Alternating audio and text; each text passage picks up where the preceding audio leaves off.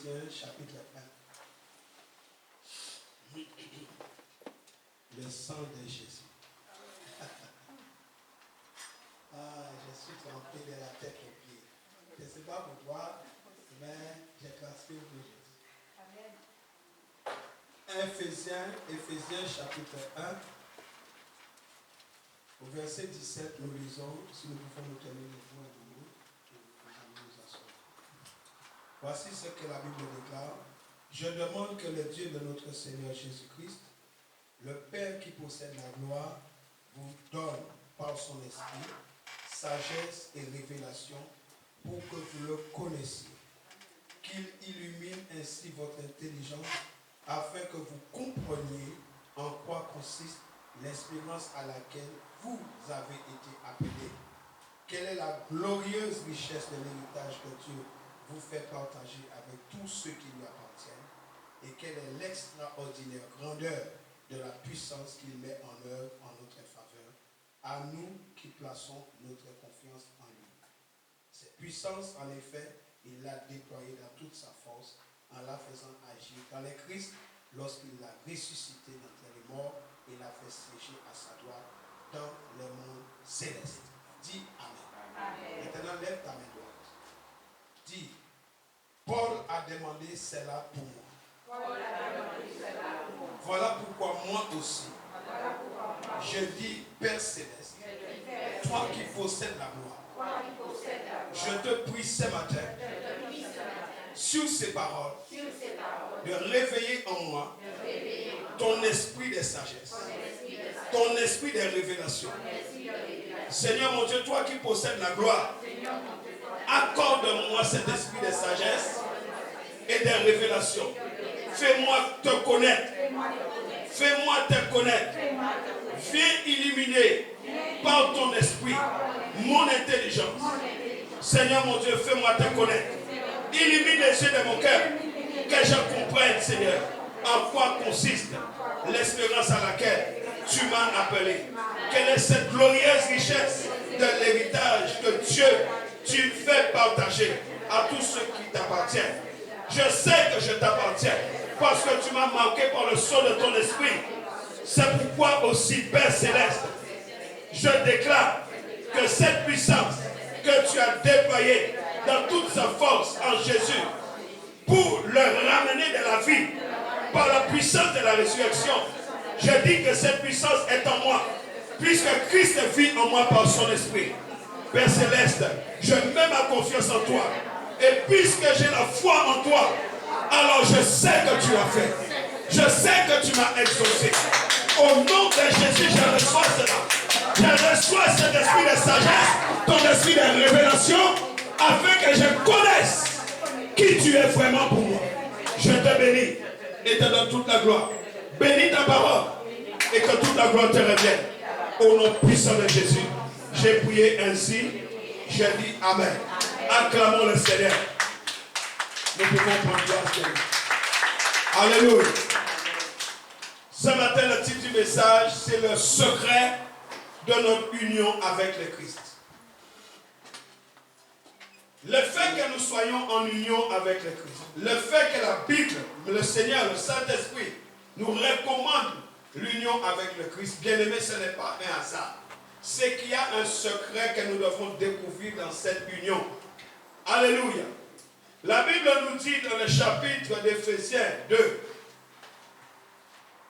au premier verset, « Autrefois, vous étiez morts à cause de vos fautes et de votre péché. Par ces actes, vous conformiez alors votre manière de vivre à celle de ce monde et vous suiviez les chefs des puissances spirituelles mauvaises. Cet esprit qui agit maintenant dans les hommes rebelles à Dieu. » Et il dit, nous aussi, nous faisions autrefois tous partie de ces hommes. Nous vivions selon nos cœurs d'hommes livrés à eux-mêmes et nous accomplissions tout ce que notre corps et notre esprit nous poussaient à faire. Aussi étions-nous par nature destinés à subir la colère de Dieu comme le reste des hommes. Mais, verset 4, Dieu est riche en bonté, aussi à cause du grand amour dont il nous a aimés, alors que nous étions spirituellement morts, à cause de nos fautes, il nous a fait revivre les uns et les autres avec le Christ. C'est par la grâce que vous êtes sauvés, par notre union avec Jésus-Christ. Si je suis sauvé par l'union avec lui, la Bible dit Dieu nous a ressuscités ensemble et nous a fait siéger ensemble dans le monde céleste. Il l'a fait afin de démontrer pour tous les âges à venir l'extraordinaire richesse de sa grâce qu'il a manifestée en Jésus-Christ par sa bonté envers nous. Car c'est par la grâce que vous êtes sauvés. Dis, je suis sauvé par la grâce. Et par le moyen de la foi. La Bible dit, cela ne vient pas de vous, c'est un don de Dieu.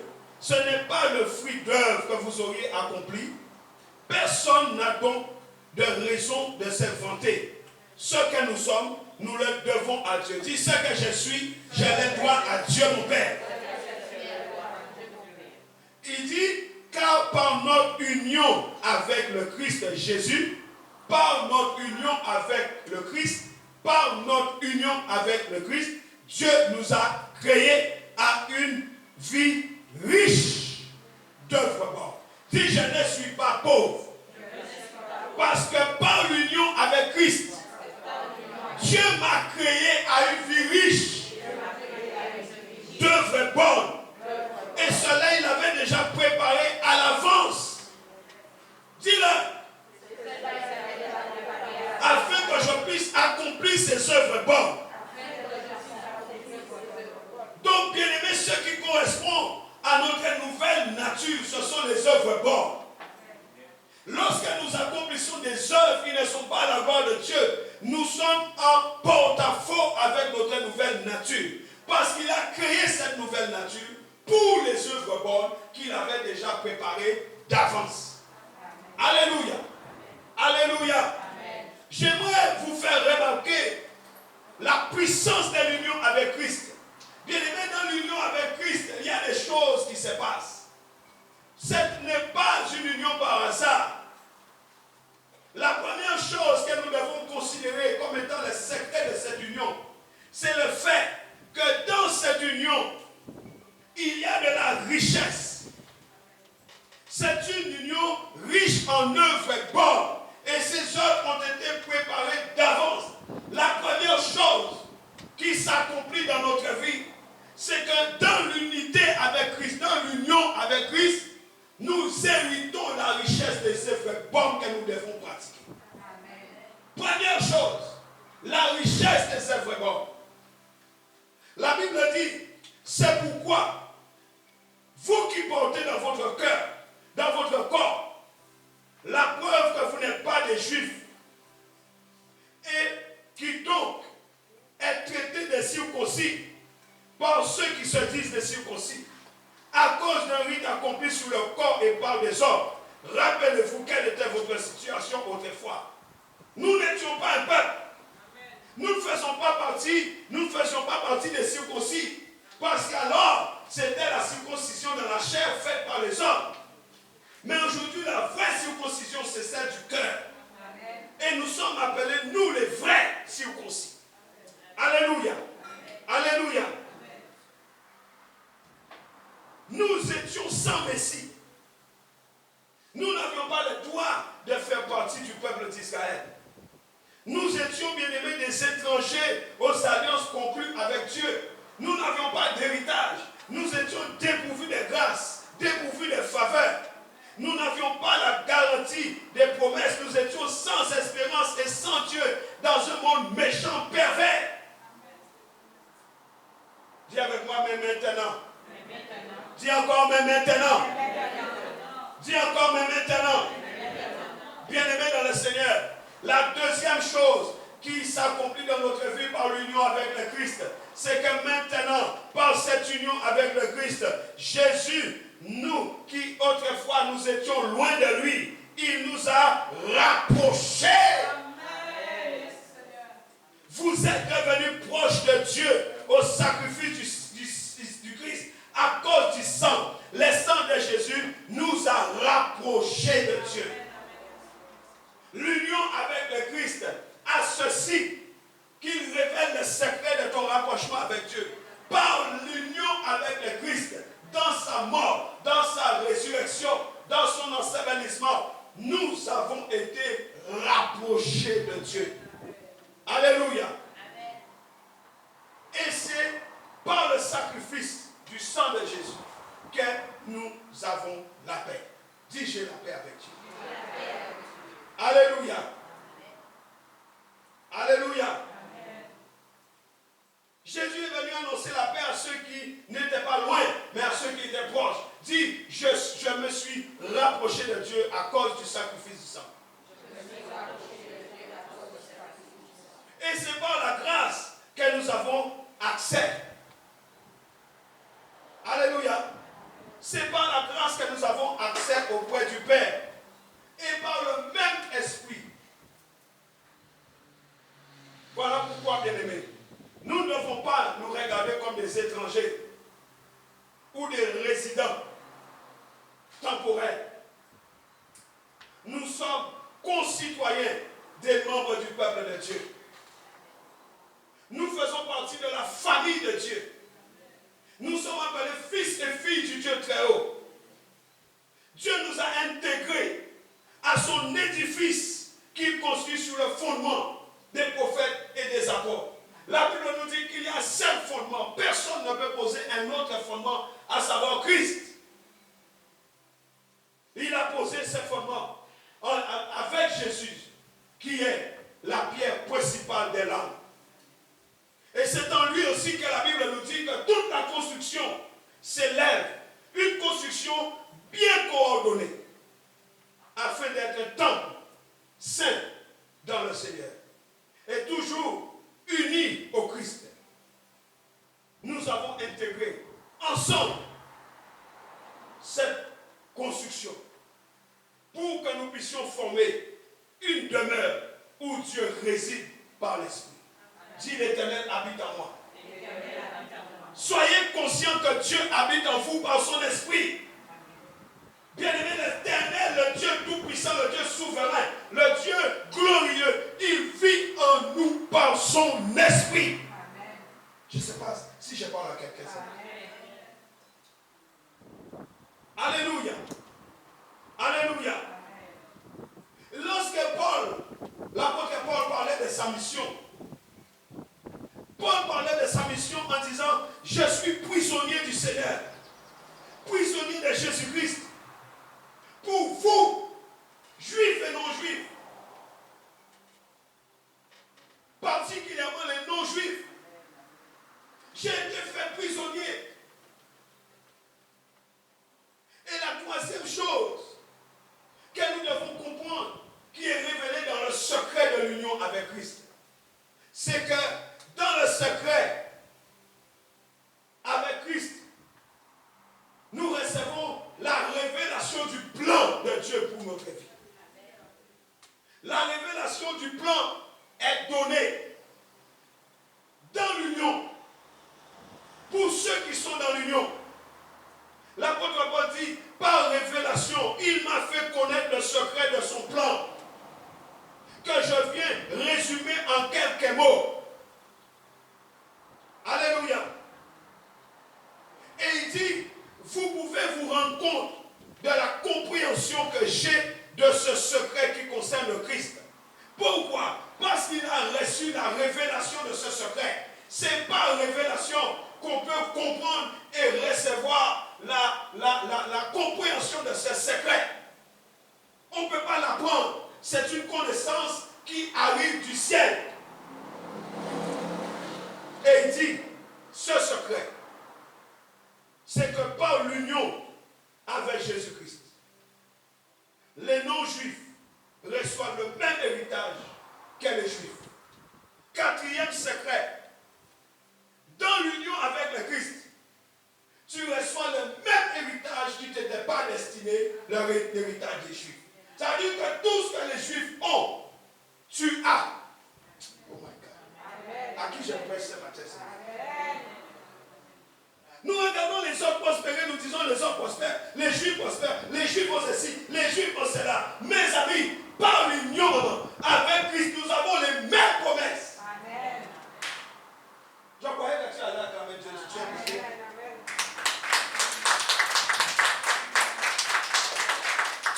Lorsque vous n'acclamez pas le Seigneur correctement, vous tuez des moustiques. Non, je te parle. Acclame Jésus le roi des rois. C'est pas des moustiques, on acclame le roi.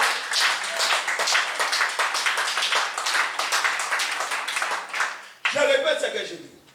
J'ai dit l'union avec Jésus-Christ a ceci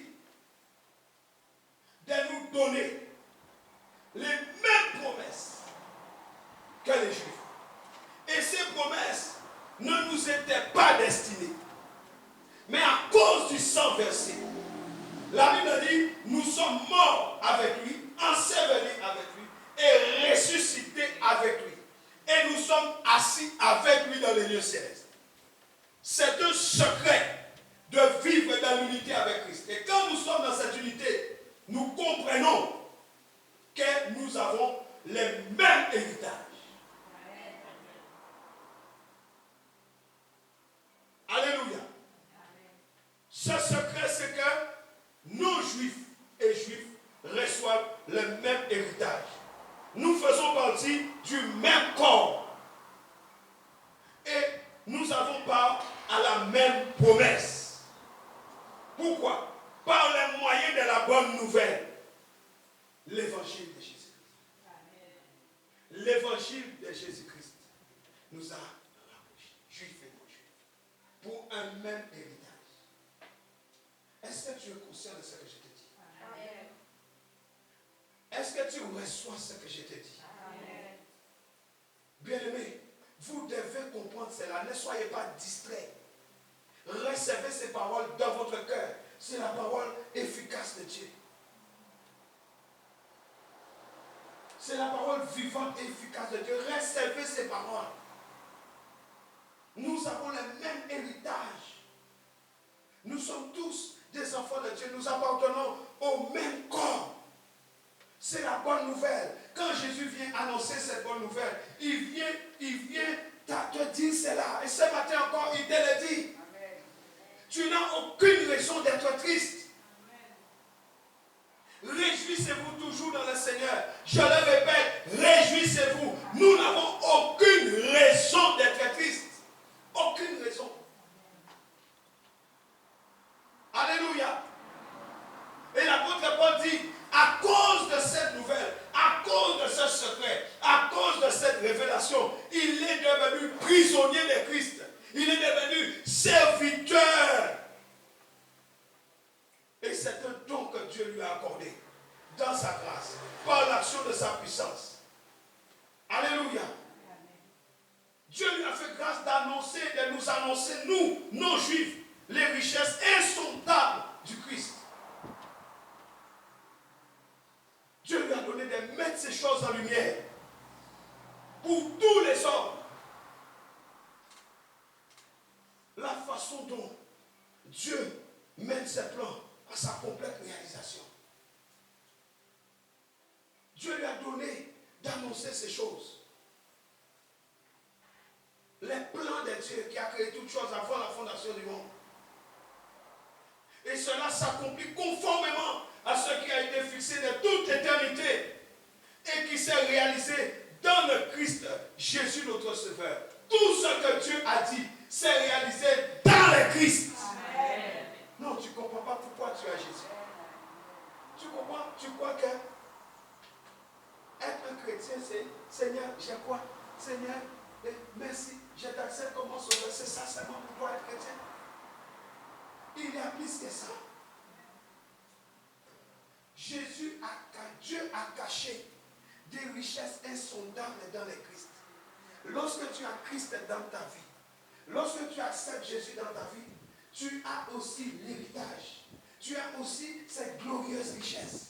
Les diables font tout son possible pour que tu ne comprennes pas. C'est pourquoi ta vie est misérable. Non pas parce que Dieu le veut, mais parce que tu ne comprends pas ce que tu as. Tu ne comprends pas ce que tu possèdes. Si quelqu'un ne sait pas qu'il a une grande richesse, il vivra toute sa vie pauvre. C'est comme cette femme qui était mendiante. Elle était assise dans la rue. On l'a violée plusieurs fois. Ses parents adoptifs lui ont laissé beaucoup de biens. La banque cherchait cette femme partout. On collait des affiches partout. Cette femme vivait d'une manière atroce. De temps en temps, elle allait demander $10 à la banque pour vivre. $10. Alors qu'on la cherchait pour des millions de dollars qu'elle possédait. Mais elle ne savait pas ce qu'elle possédait. Et c'est notre état aujourd'hui. Nous sommes des enfants de Dieu, mais nous ne connaissons nullement notre héritage. Tu dois connaître ton héritage. Tu dois savoir ce que tu possèdes en Christ. Tu dois savoir ce que tu as dans l'union avec le Christ afin d'arrêter de mener une vie de pauvre. Une vie toujours dans la mélancolie et la tristesse et la rancune et l'anxiété, l'amertume.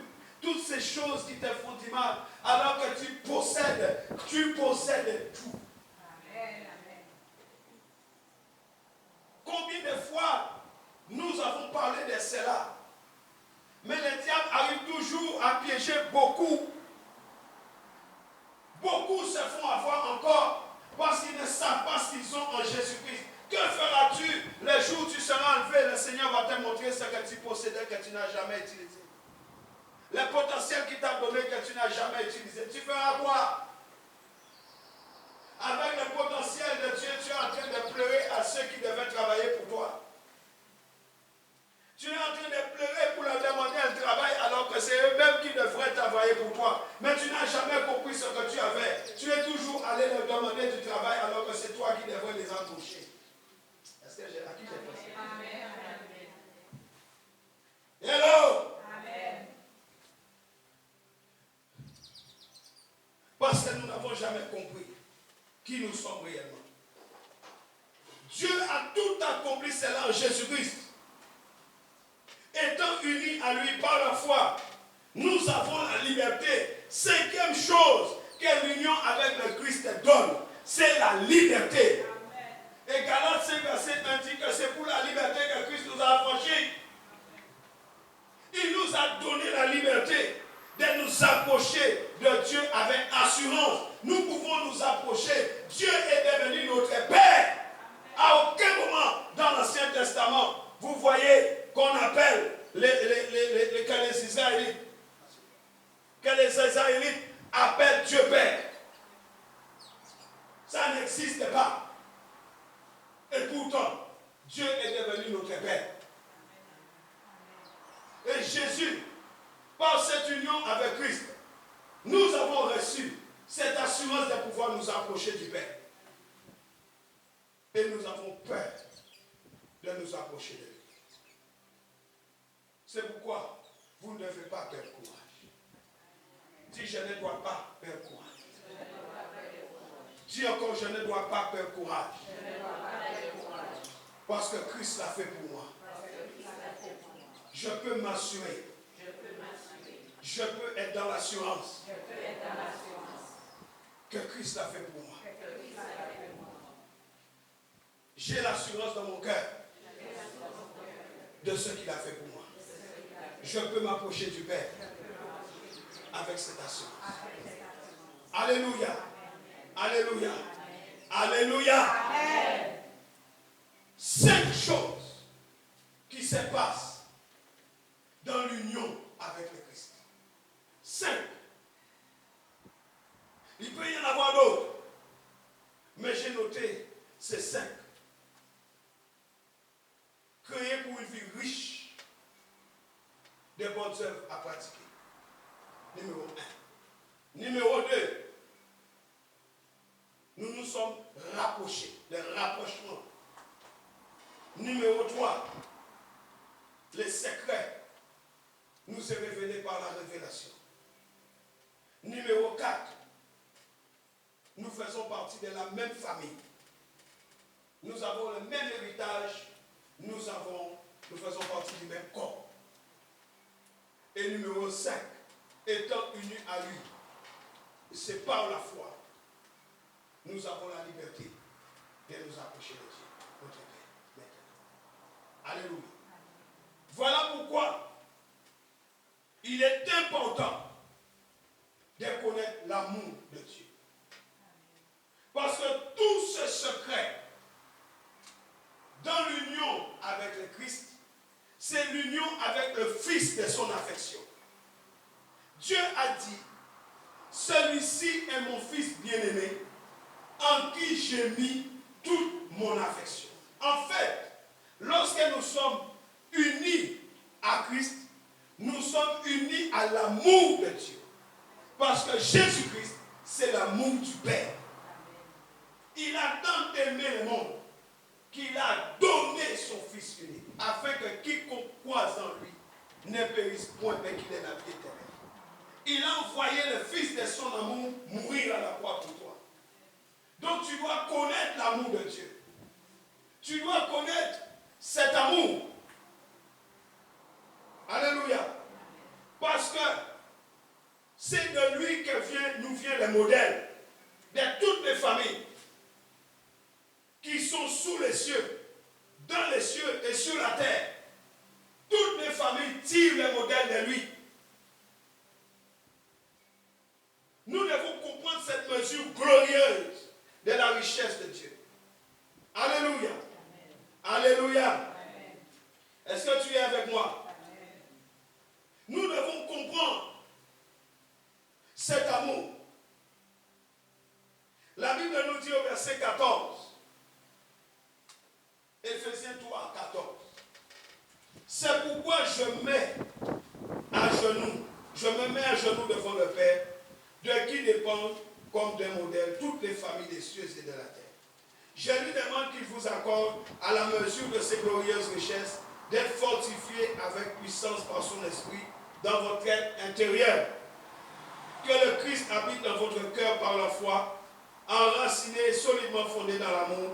Vous serez ainsi à même de comprendre avec tous ceux qui appartiennent à Dieu combien l'amour du Christ est large, long, élevé et profond.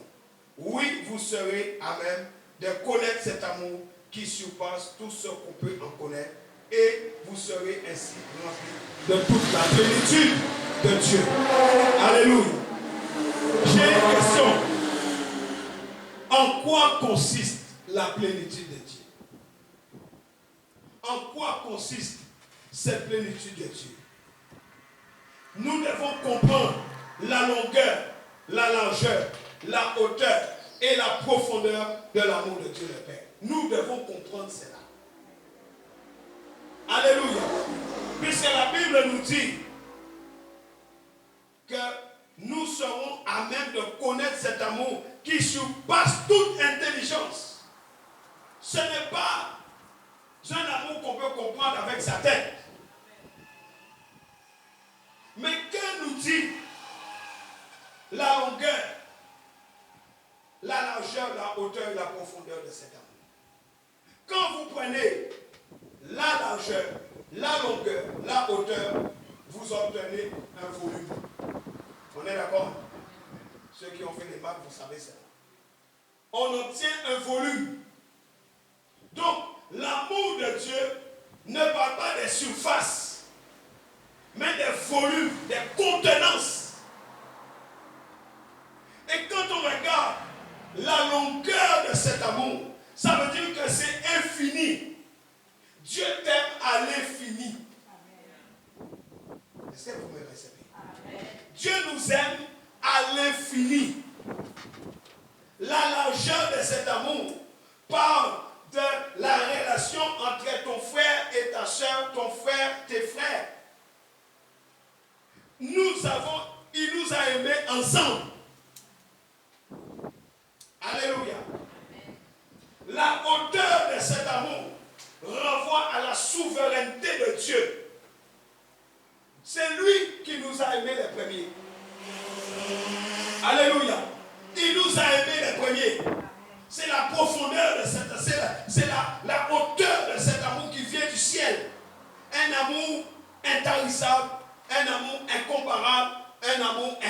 inconditionnel. Et la profondeur de cet amour parle de la grâce. Une grâce qui est un don immérité. Ça parle aussi du pardon. Dieu descend dans notre misère et il nous pardonne. C'est profond, bien-aimé, de pardonner les pires des méchants qui se répandent. C'est ça la profondeur. Alléluia. Alléluia. Et la Bible dit, quand on regarde le verset 16, il dit, je lui demande de vous accorder, qu'il vous accorde à la mesure de ses glorieuses richesses, d'être fortifié avec puissance par son esprit dans notre être intérieur. Deuxièmement, que Christ habite dans notre cœur par la foi.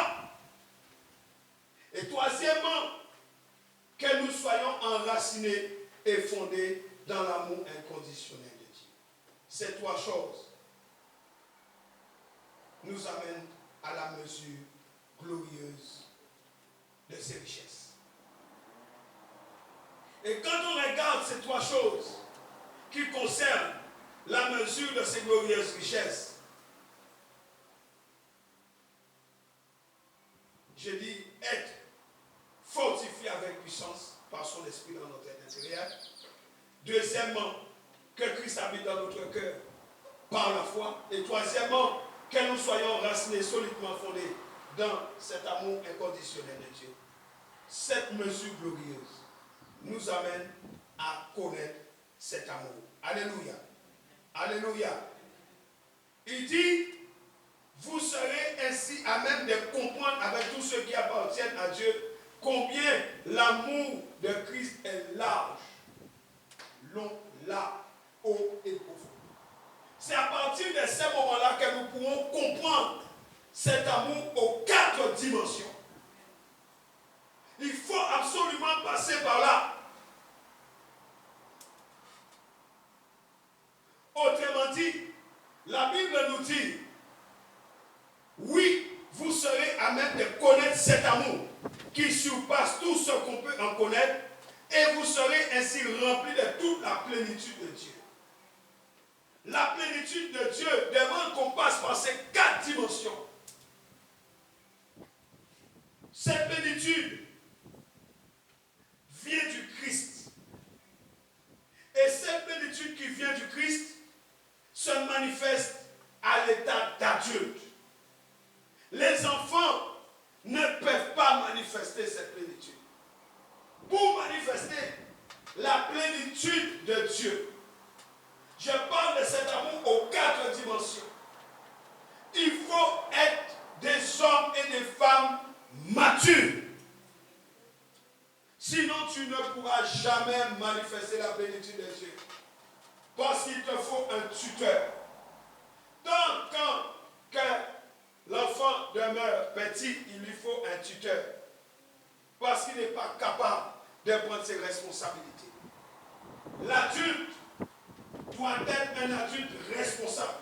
Mais l'enfant, il est mineur. Il a besoin d'un tuteur. C'est pour les adultes. Alléluia. Il faut être à l'état d'adulte pour manifester la plénitude de Dieu. Alléluia. Et cette plénitude qui vient du Christ, je dis, se manifeste à l'état d'adulte. Et cet état dépend de notre capacité à pouvoir tous ensemble parvenir à l'unité dans la foi et dans l'Esprit de Dieu, dans la connaissance du Fils de Dieu. Est-ce que vous me comprenez? Est-ce que vous me comprenez? Il faut être capable. La Bible dit au verset 13, Éphésiens 4, au contraire, en exprimant la vérité dans l'amour, nous grandirons à tous égards vers celui qui est la tête, à savoir le Christ. Ça, c'est le verset 15. Le verset 13 dit, ainsi, nous parviendrons tous ensemble à l'unité dans la foi et dans la connaissance du Fils de Dieu, à l'état d'adulte, à un stade où se manifeste toute la plénitude qui nous vient du Christ. Je répète, nous ne pouvons pas manifester la plénitude du Christ sans passer par le stade d'adulte. Ce ne sont pas les enfants qui manifestent la plénitude de Dieu. Ce sont des adultes, c'est-à-dire les hommes et les femmes qui sont devenus matures. Voilà pourquoi dans les églises, il y a trop de bébés. Les gens qui n'arrêtent pas de se lamenter, de se plaindre, ce sont des bébés. Tu dois grandir jusqu'à atteindre les stades de la maturité pour pouvoir manifester la plénitude de Dieu. Jésus revient bientôt, dépêche-toi. Dépêche-toi! La Bible est claire. Alléluia. Alléluia. Amen. C'est pourquoi l'apôtre Paul dit, lui qui est le prisonnier de Christ, il nous demande instamment de nous conduire d'une manière digne de l'appel qui nous a été adressé. Nous devons nous conduire d'une manière digne. Nous devons parvenir ensemble. Lorsque nous recevons le message de Dieu, la parole de Dieu, cette parole nous amène à un état de croissance. La parole de Dieu est une sémence plantée en nous. La sémence doit pousser, à moins que tu ne la reçoives pas, à moins que la terre ne soit pas bonne. Si tu reçois la sémence dans une bonne terre, la sémence va pousser. Mais si ta terre est mauvaise, tu risques de tuer cette sémence. Alors la question c'est pourquoi nous savons que la parole de Dieu est une sémence corruptible. Pourquoi nous recevons la sémence et elle ne pousse pas? Le problème n'est pas la sémence. Le problème, c'est le terrain. Est-ce que vous êtes avec moi? Soyez avec moi.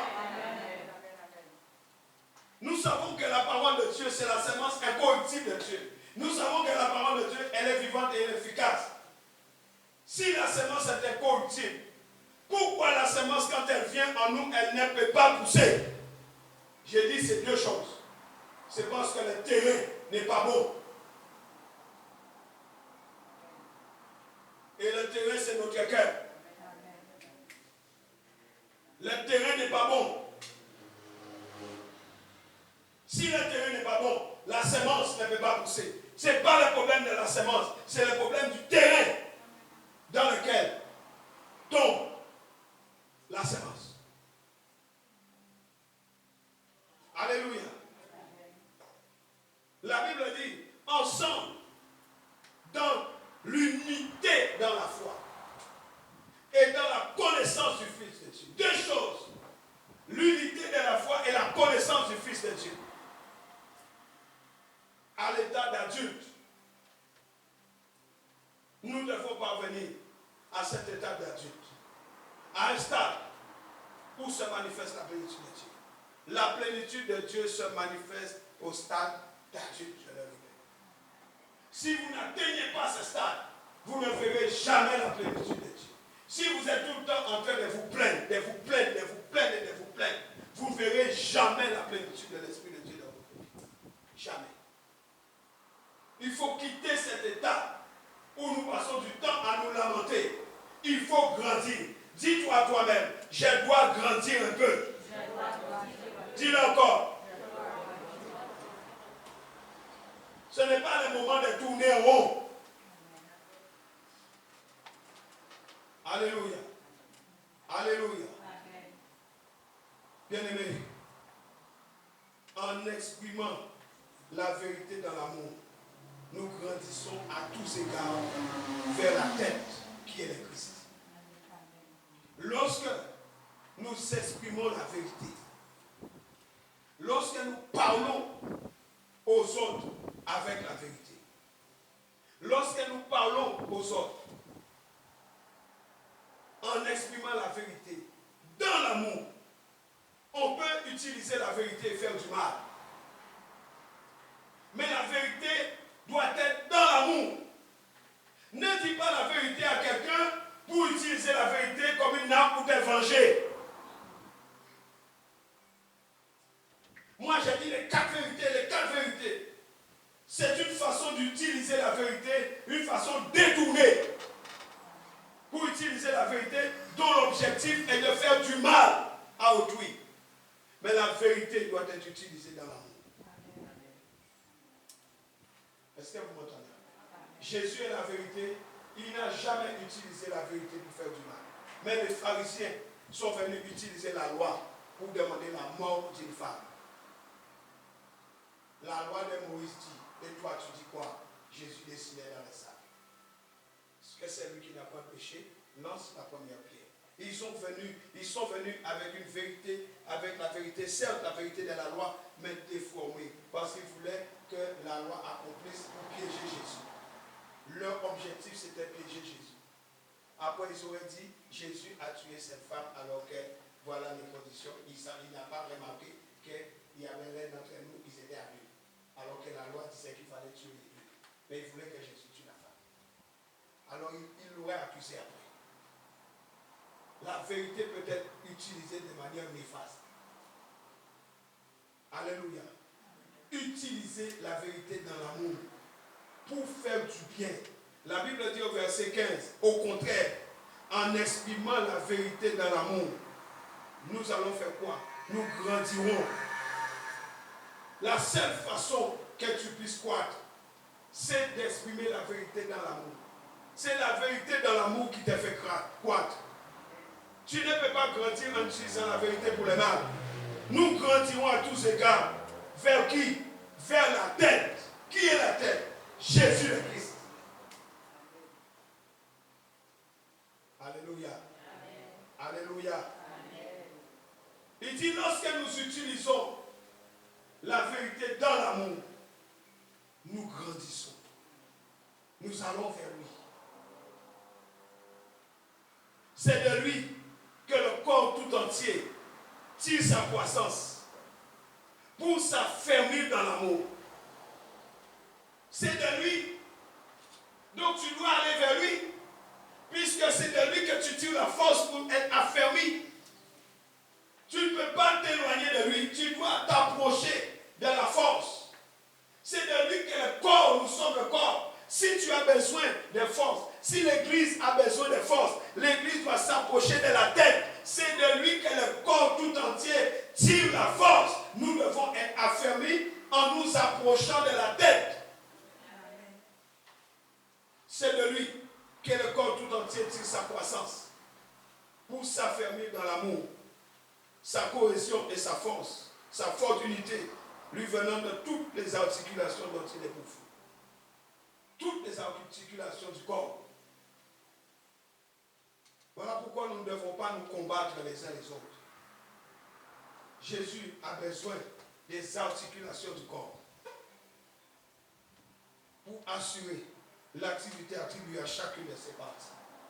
Chaque corps a une importance capitale dans la maison. Chaque articulation de ce corps. Si tu as un problème d'articulation, tu ne pourras pas soulever tes bras. Si tu as un problème d'articulation, il te sera difficile de soulever la jambe. Nous avons besoin des articulations. Entre nous, nous devons nous articuler parce que nous sommes membres de ce corps. Et l'articulation des membres du corps, elle est faite par le Saint-Esprit, qui est celui qui nous relie les uns aux autres dans l'amour du Père. Dites Amen. Dis encore Amen. Le corps doit tirer sa croissance en Christ pour s'affermir dans cet amour incomparable du Père Céleste. Est-ce que vous êtes avec moi? Est-ce que vous êtes avec moi? Donc vous voyez l'importance du corps. Vous voyez l'importance de l'unité de la foi. Vous voyez l'importance de l'amour du Père. Dieu nous a donné le salut en Jésus-Christ.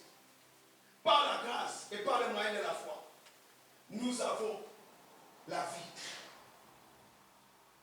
Et il a fait de nous une nouvelle créature.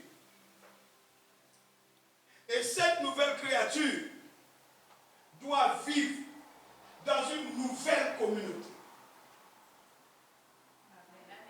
Peuple de Dieu, vous recevez la parole. Parce que vous m'inquiétez un peu. C'est soit vous êtes très studieux ou ça vous passe au-dessus de la tête et ça m'inquiète.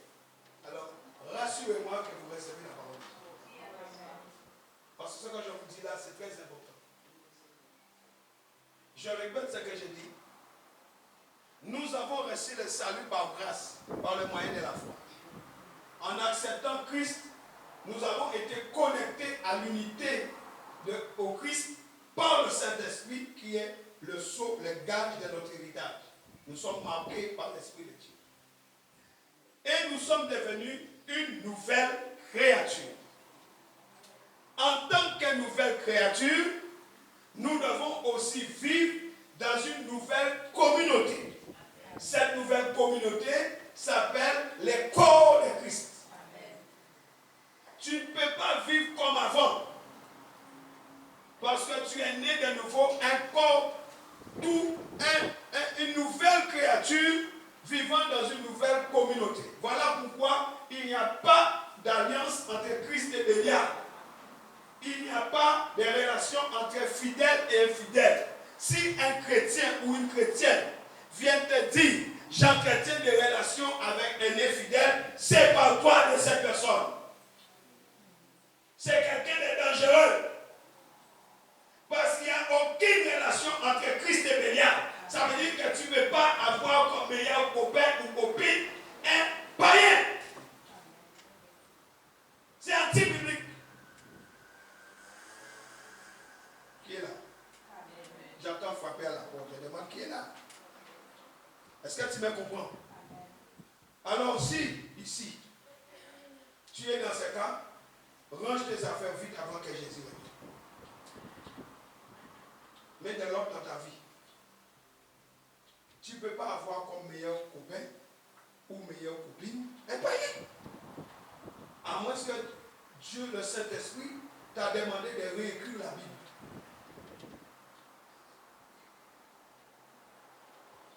Mais si tu n'as pas demandé de réécrire la Bible, et je doute fort, donc tu dois t'humilier et revenir à Dieu. Tu dois demander pardon à Dieu pour couper cette relation. Vite fait. Et j'ai dit, une telle personne n'est pas fréquentable. Parce que Dieu ne va pas te pousser à revenir en arrière, mais parce que le Saint-Esprit te pousse toujours vers l'avant. Quel est cet esprit qui t'amène en arrière? Le Saint-Esprit obéit toujours à la parole de Dieu. Si tu as l'Esprit de Dieu, obéis à l'Esprit de Dieu. Et je vais te donner des caractéristiques de ce qui est recommandé dans la vie de la nouvelle communauté. Comment la nouvelle communauté doit vivre? Nous devons vivre la vie de la nouvelle nature dans la nouvelle communauté. Numéro 1. Nous devons conserver l'unité de l'esprit. La conservation de l'unité de l'esprit. Mais nous ne pouvons pas conserver ce que nous n'avons pas acquis. Donc, je dirais, plutôt numéro 1, acquérir cette unité. L'acquisition de cette unité se fait par la grâce. Chacun de nous, nous avons reçu la grâce de Dieu selon la part que le Christ nous a donnée dans son œuvre. Dites Amen. J'ai dit chacun. Vous avez reçu chacun votre part de grâce. Dis avec moi, il m'a été fait grâce. Il m'a été fait grâce.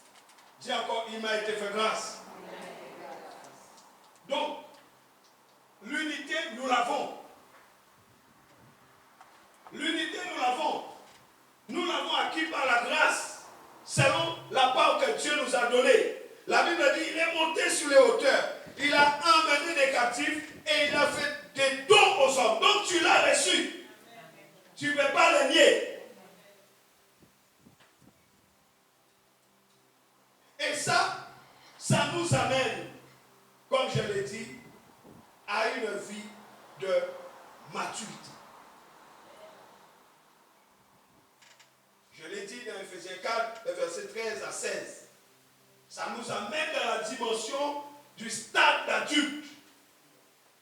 Cette acquisition. Deuxième façon de vivre. La vie de la nouvelle nature dans la communauté nouvelle. J'ai dit conserver l'unité. Nous devons la conserver, c'est ta responsabilité. N'accuse pas les autres. C'est ta responsabilité de conserver l'unité. La Bible dit, moi qui suis prisonnier à cause du Seigneur, je vous demande donc instamment de vous conduire d'une manière digne de l'appel. En fait, c'est un appel. C'est un appel. L'unité au Christ, c'est un appel. Mais c'est à nous de nous conduire d'une manière digne de cet appel que nous avons reçu. Autrement dit, nous devons être humbles, aimables et patients. Nous supporter les uns les autres avec amour. Nous devons nous efforcer de conserver l'unité que l'Esprit de Dieu nous a donnée dans la paix. Et c'est ce qui nous lie les uns aux autres. Donc tu ne peux pas te lier avec un païen. Parce qu'il n'a pas l'esprit de foi. Il n'a pas l'esprit de la grâce. Il n'a pas reçu l'esprit. Tu ne peux pas te lier avec un démon.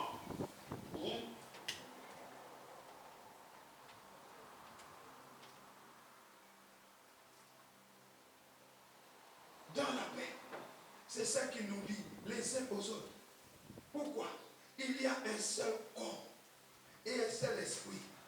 De même, Dieu vous a appelé à une seule espérance lorsqu'il vous a fait venir à lui.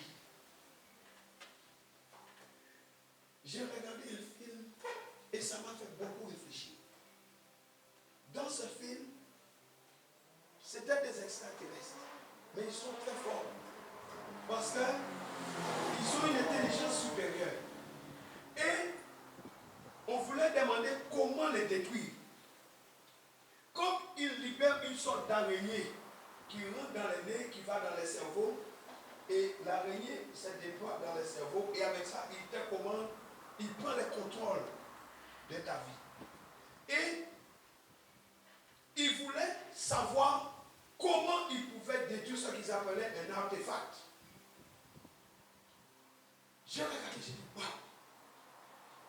Il y a une dame, elle a accepté de se porter comme un cobaye pour prendre l'araignée uniquement, mais il était question de mettre un virus dans son corps sans que l'ennemi sache. On lui met un virus, elle accepte l'araignée, elle va au milieu d'eux, et quand eux, ils vont se connecter à elle dans son cerveau, ils allaient infecter tout le monde. Elle a accepté l'araignée, on lui a mis l'araignée, l'animal est entré dans son cerveau. J'ai vu comment bon, c'était compliqué. Mais elle est rentrée parmi eux. Quand elle est rentrée parmi eux, au moment où ils allaient passer à l'attaque, le virus a été libéré. Parce qu'ils sont allés connecter dans son cerveau pour savoir ce qu'elle savait d'eux. Et c'est exactement l'erreur de ne pas commettre. Quand ils ont fait ça, le virus a été libéré et ça a affecté, tout a explosé. Bien-aimé, écoutez-moi, pourquoi je prends cet exemple? Je prends cet exemple pour nous faire comprendre que si le corps est infecté, le virus se répand dans tous les corps. Et des fois, nous oublions ça. Il suffit que le corps, fais-toi un vaccin à l'orteil d'un produit contaminant et tu verras ton état 5 secondes après. Tu prends une seringue de cyanure, tu donnes aux orteils, tu vas voir les résultats, ça monte jusqu'au cœur. Si le corps est affecté, si un membre est affecté, tout le corps est affecté. Voilà pourquoi nous devons toujours purifier le corps et toujours rappeler au corps que c'est le corps de Christ. Tu dois faire attention à ce que tu fais avec le corps de Christ. Alléluia. Tu dois prendre soin, conserver l'unité.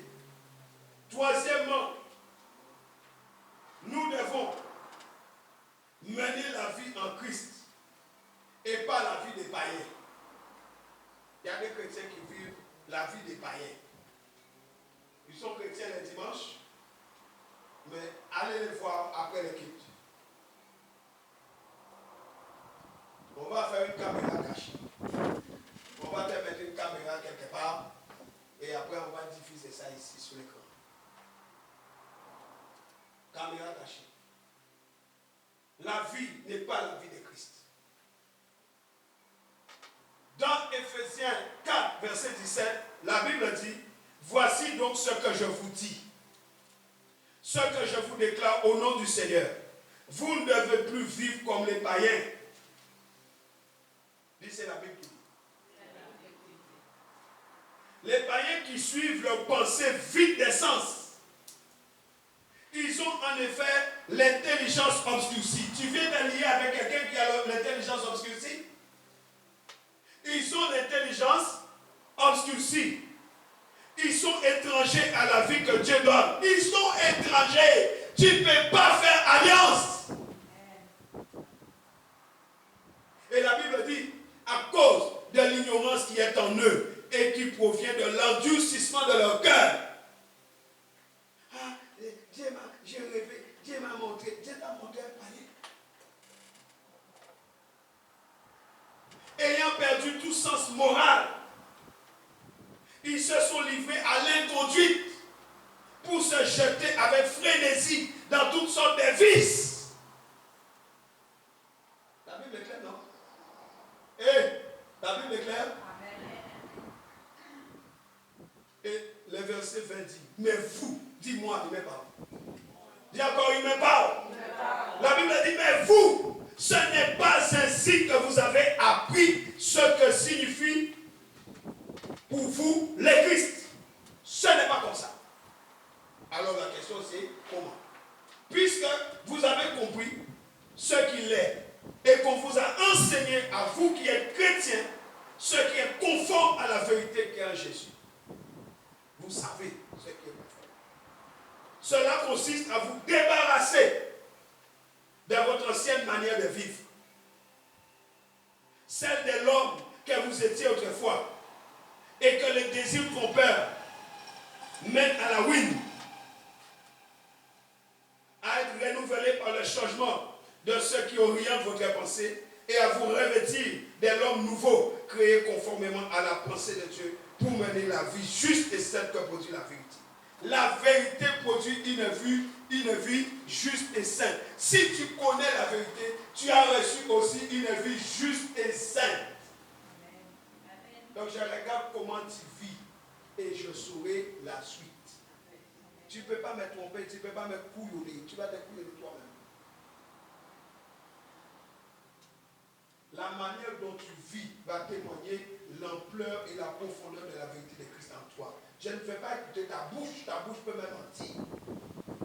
Mais le corps ne ment pas. Hello. Le corps ne ment pas. La vie de Christ. C'est la caractéristique de la nouvelle communauté. Et tu crois qu'il suffit d'être je suis chrétien? Je suis chrétien, comme ces pédophiles qui disent qu'ils sont chrétiens. Des pédophiles chrétiens, vous avez vu ça où?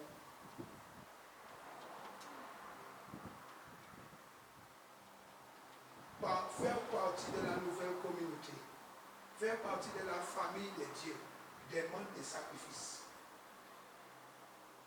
On ne peut pas se lier à Bélial et dire je suis chrétien. Ferme ta bouche un peu. Va te repentir. Vous voyez le danger? Ils sont corrompus. Ils sont endurcis. Ils ignorent ce qui fait la force de l'évangile. Ils sont étrangers à la vie de Dieu. Combien d'enfants de Dieu, combien d'enfants de Dieu sont déjà fait piéger par cela? Une autre chose qui concerne la communauté, cette nouvelle communauté pour la nouvelle nature, c'est une vie dans l'amour. On doit mener une vie dans l'amour. Éphésiens 4, verset 25. C'est pourquoi, regardez, c'est pourquoi. Dis avec moi, c'est pourquoi. Dis encore, c'est pourquoi. Dis à ton voisin, est-ce que ça va? Dis-lui, est-ce que ça va bien? Est-ce que la parole te fait du bien? Dis-lui, est-ce que tu aimes la parole?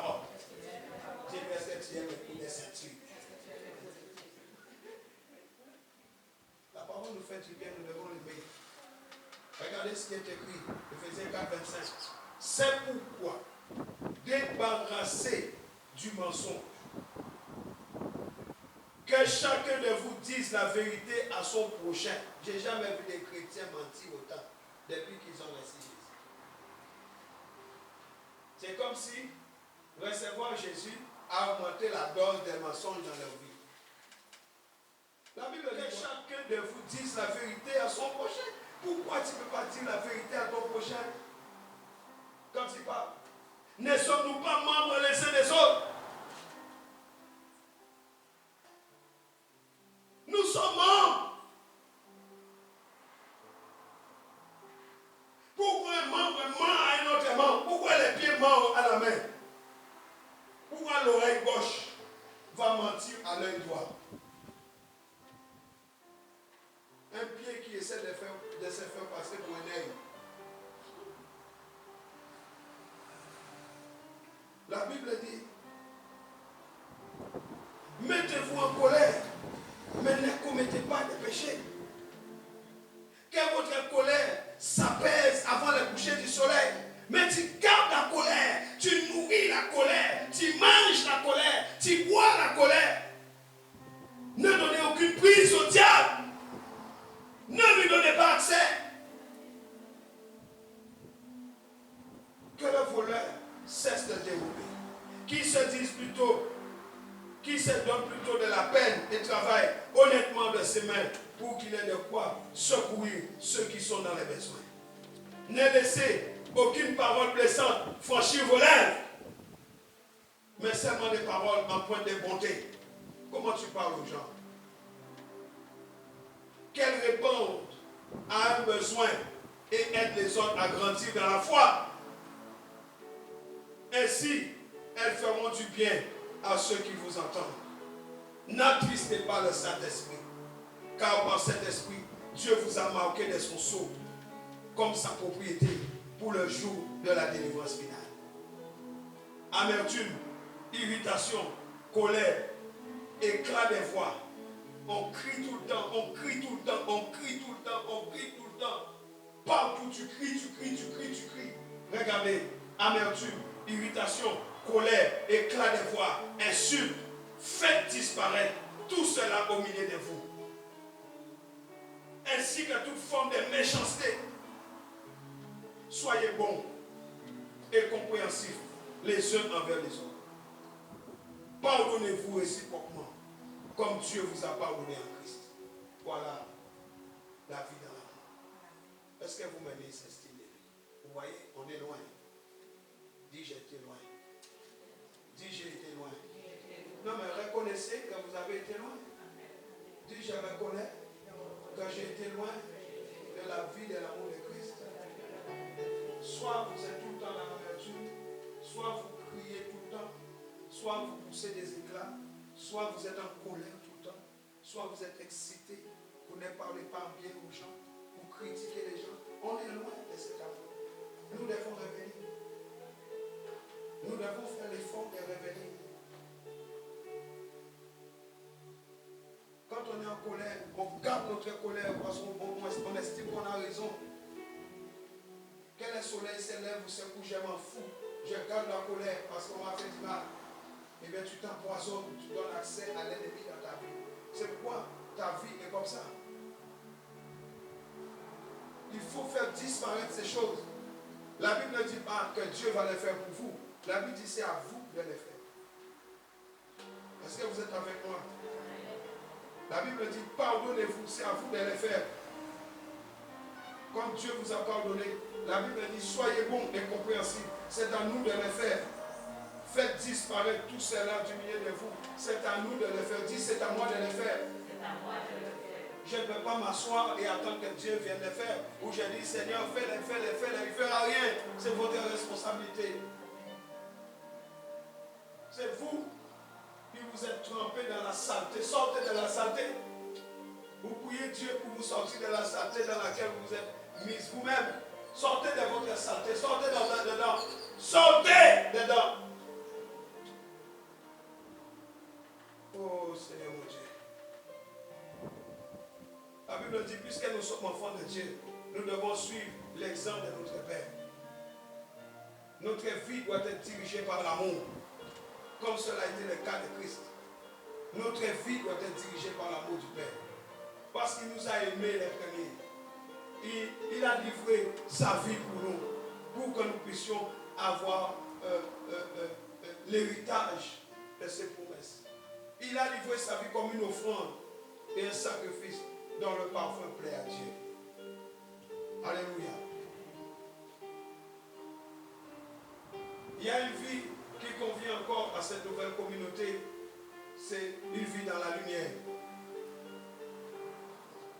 Le verset 6, Éphésiens 5. Une vie dans la lumière. Vous êtes le sel et la lumière du monde. Donc nous devons vivre dans la lumière. La Bible dit que personne ne vous trompe par des arguments sans valeur. Ce sont ces désordres. Dieu appelle ça des désordres. Ce sont ces désordres qui attirent la colère de Dieu sur ceux qui refusent de lui obéir. La tromperie. Ne vous associez pas à ces gens-là. Voyez encore, tu ne peux pas t'associer aux gens qui vivent dans les ténèbres. Ne t'associe pas. Tu vas écouter leurs paroles. Ils vont t'enflammer de belles paroles. Mais leur cœur ne peut pas se lier à ton cœur. Même s'ils te disent je t'aime, c'est faux. Parce qu'ils ne sont pas baignés dans l'amour du Père. Cet amour-là, c'est de la fausseté. Parce qu'ils n'ont pas en eux l'amour du Père. Ils ne peuvent pas t'aimer. Ils ne peuvent pas. Ce n'est pas qu'ils ne veulent pas. Ils ne peuvent pas. Alors n'essaie pas de raisonner intellectuellement en essayant de te convaincre toi-même qu'il va m'aimer un jour. Il va se servir de toi. Quand il aura fini de se servir de toi, il va te pousser comme une vieille chaise. Il va chercher une autre à conquérir. Et tu ne deviendras qu'un témoin de conquête. La Bible dit, regardez ce qui est écrit.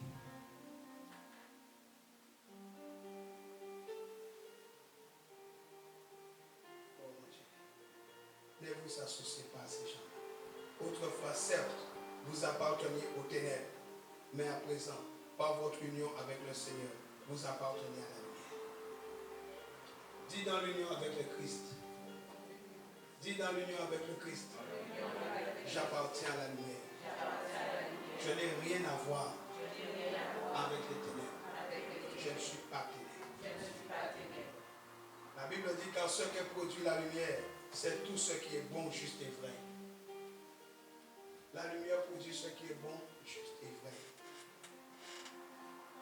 Si la lumière produit ce qui est bon, juste et vrai, les ténèbres produisent, on va mettre le contraire. Le contraire des bons, c'est mauvais. Le contraire de juste, c'est injuste. Le contraire de vrai, c'est faux. Vous comprenez ce que produit les ténèbres? Comme des enfants de la lumière, efforcez-vous de discerner ce qui plaît au Seigneur. C'est notre responsabilité. Je te prêche cela aujourd'hui pour que tu ne viennes pas te plaindre. Parce que je t'ai averti. Ne participez pas aux pratiques stériles que favorisent les ténèbres, mais démasquez-les plutôt. Car tout ce que ces gens-là font en cachette est si honteux qu'on n'ose même pas en parler. Mais quand ces choses sont démasquées, leur véritable nature paraît à la lumière. La Bible dit que leur véritable nature paraît à la lumière. On peut faire des choses cachées. Mais la véritable nature de la personne paraît à la lumière. Or, ce qui paraît à la lumière est lumière. Parce que je n'ai jamais vu les ténèbres demeurer dans la lumière. De là viennent ces paroles. Réveille-toi, ô toi qui dors. Relève-toi d'entre les morts. Le Christ sera levé sa lumière sur toi. C'est pourquoi la Bible nous recommande de veiller à notre manière de vivre avec soin.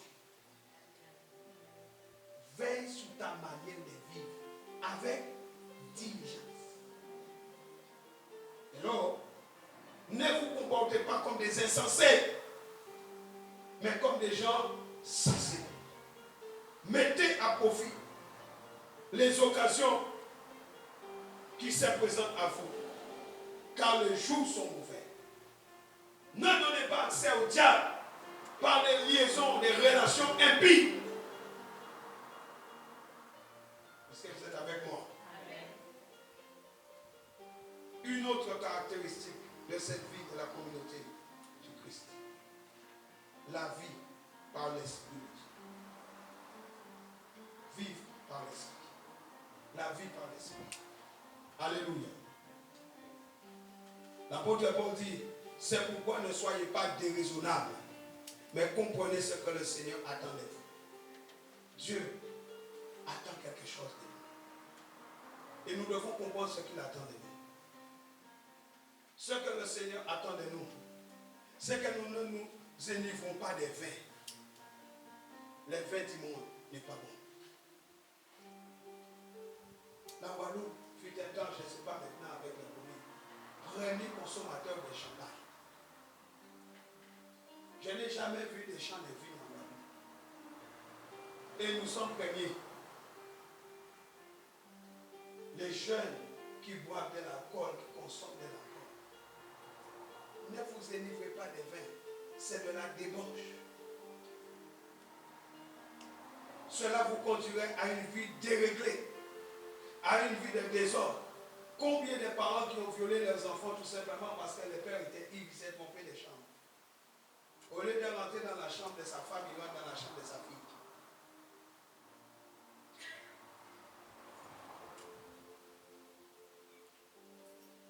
La Bible dit,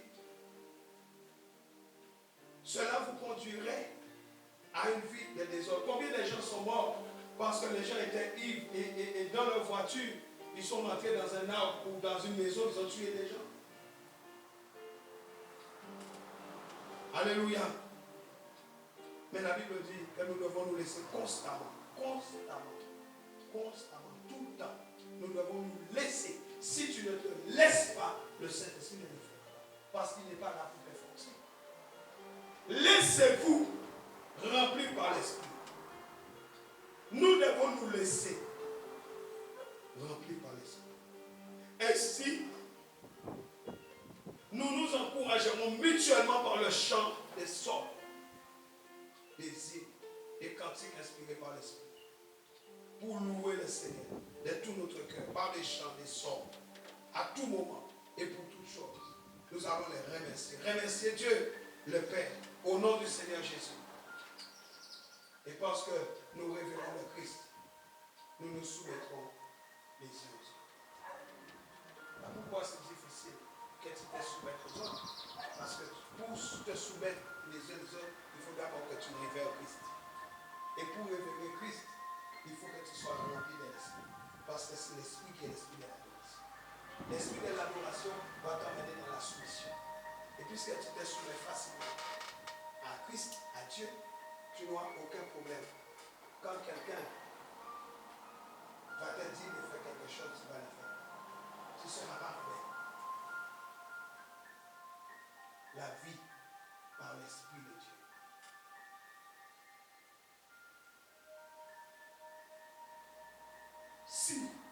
Six façons de nous conduire avec la vie de l'Esprit. 6 façons de nous conduire avec cette nouvelle nature. En tant que peuple de la nouvelle communauté. Si nous sommes nés de nouveau, si nous sommes une nouvelle créature, nous appartenons à une nouvelle communauté. La communauté des nouveau-nés. Et si nous appartenons à cette nouvelle communauté des nouveau-nés, c'est pour vivre aussi différemment. Ta manière de vivre doit changer. Ta manière de parler doit changer. Ta manière de voir les autres doit changer. En un mot, tu dois changer.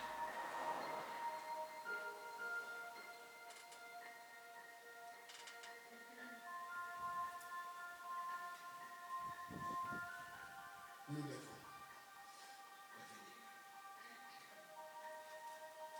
Nous devons revenir. Le secret de cette union, c'est ça. La clé de Ça demande de la maturité. Ça demande du sacrifice. Vas-tu accepter de couper les liens? Vas-tu, de la même manière que tu prends ton téléphone pour l'appeler, vas-tu prendre le même téléphone pour lui dire, écoute, j'ai reçu le message du Seigneur qui m'a parlé. À partir d'aujourd'hui, nous ne pouvons plus avoir des relations sexuelles. Est-ce que tu peux le faire pour Jésus? Ou alors tu vas commencer à expliquer avec la tête. Tu vas commencer toi-même à expliquer ta mort avec ta tête. Oh Dieu est pour moi. Oh Dieu est pour moi. Oh Dieu peut me pardonner. Oh Dieu est mystérieux. Oh Dieu est surtout. Jusqu'à ce que tu crèves. Parce que tu as été vrai. Tu veux à tout prix tisser les liens avec les liens. Et tu essaies de convaincre Dieu que ton choix est le bon. Ou alors tu vas obéir et couper les liens qui t'amènent à la mort. Parce que tu es en train de mourir à petit feu, mais tu n'es pas là. C'est pourquoi Jésus a dit aux scribes et aux pharisiens, vous êtes comme des tombeaux blanchis. Vous êtes beaux à l'extérieur, mais à l'intérieur, c'est noir.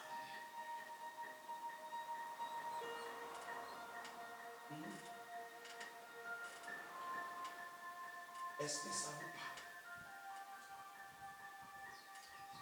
C'est la responsabilité de chacun de nous, Seigneur, de recevoir la parole de Dieu. C'est la responsabilité de chacun. Des hommes sont morts pour amener cette vérité. Des hommes ont payé les prix graves pour que tu reçoives cette vérité. Qu'est-ce que tu fais avec? L'apôtre Paul dit, moi, le prisonnier, j'ai payé le prix de ma vie pour que tu reçoives cette vérité. Jésus a payé le prix de sa vie pour t'amener ces révélations, pour t'amener ces secrets. Qu'est-ce que tu vas faire avec? Comment tu vis l'union avec le Christ?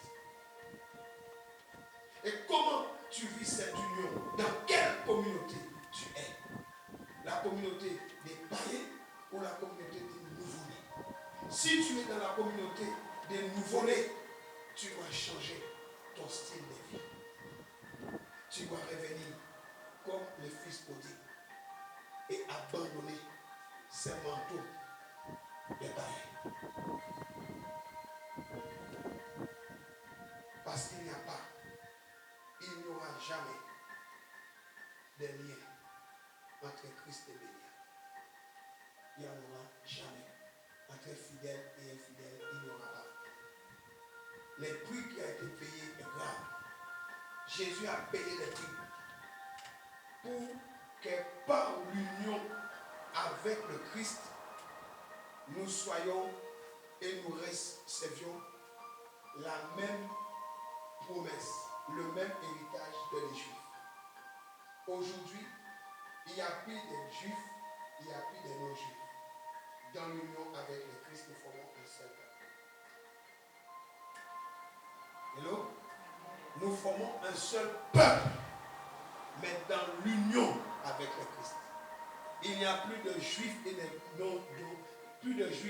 non-Juifs, mais c'est dans l'union avec le Christ. Si tu n'es pas dans l'union, tu es païen de chez païen. Alors ma question ce matin, pour chacun d'entre nous ici, c'est où tu es. Ton pied droit est où? Ton pied gauche est où? Est-ce que tes deux pieds sont au même endroit? Ou tu as un pied quelque part et l'autre pied l'autre côté? Comme Élie qui disait, jusqu'à quand marcherez-vous à cloche-pied? Marche à cloche-pied.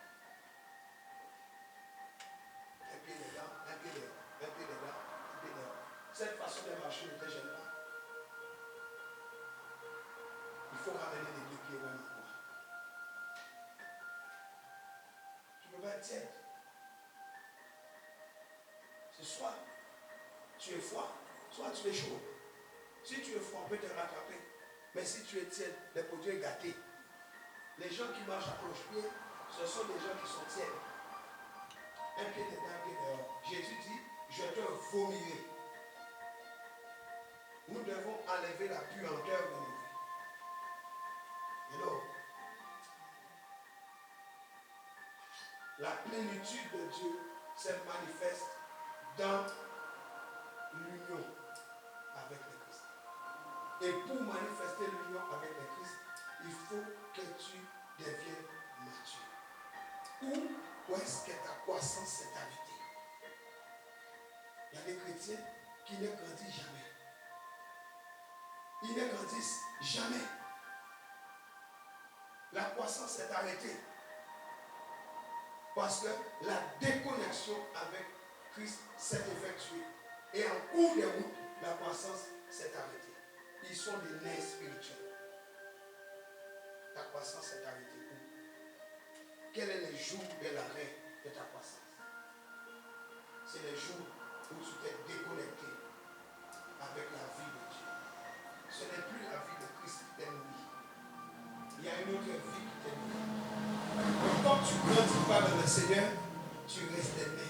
Tu grandis dans le monde, mais tu es né dans le Seigneur. Nous devons revenir.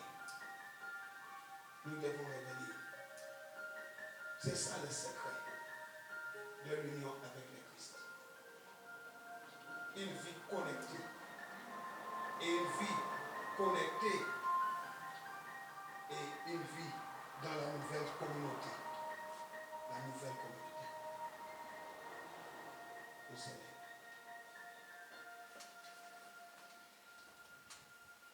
Au Seigneur.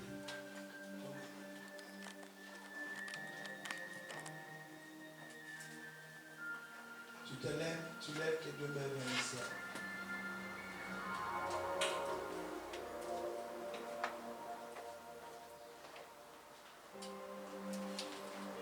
Tes deux mains vers le ciel. Bien haut devant toi. Alléluia. Merci Jésus. Merci pour ta bénédiction. Merci.